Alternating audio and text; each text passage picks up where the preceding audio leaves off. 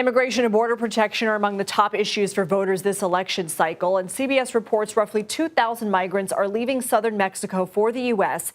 because of a lack of jobs and a delay in asylum appointments. Meanwhile, about 40,000 migrants are currently stranded in southern Mexico as the Biden administration tightens its border crossing and asylum policies.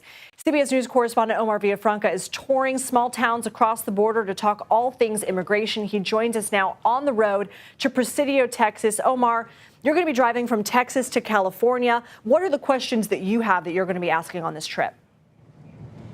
Well, I want to ask people who live in these border communities, and keep in mind there's roughly 19 million Americans who live in these border communities from Texas all the way through to California. But I want to ask them, what are the misconceptions about living in a border town?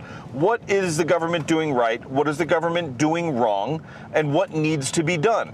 It's always talked about, immigration and border security is talked about on the campaign trail and in Washington, D.C. a lot, but a lot of those folks feel that they're not being included in that conversation, and on-the-ground solutions, they want that to be heard, so that's something I'm going to talk to them about. Are you already hearing from people on the ground on your journey?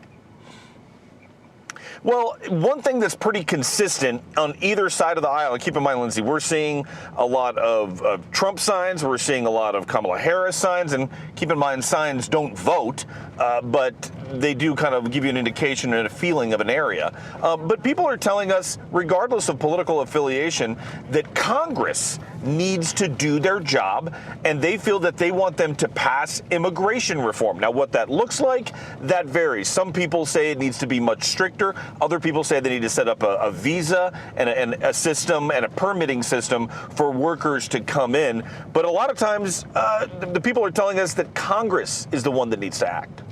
And you spoke with the mayor of Laredo, Texas. You're going to be speaking with mayors and sheriffs in addition to just residents here in these towns you're going to. What did the mayor of Laredo say about the issue? Before I get to that, let me show you something. Let me show you a front view. We're driving through this town of Marfa, which is not exactly near the border, but it's on the way, and we're headed to Presidio, which is a border town. But the mayor of Laredo told me that there are big misconceptions about what border communities are all about. He says there's a lot of trade. $320 billion worth of goods passes through Laredo both ways.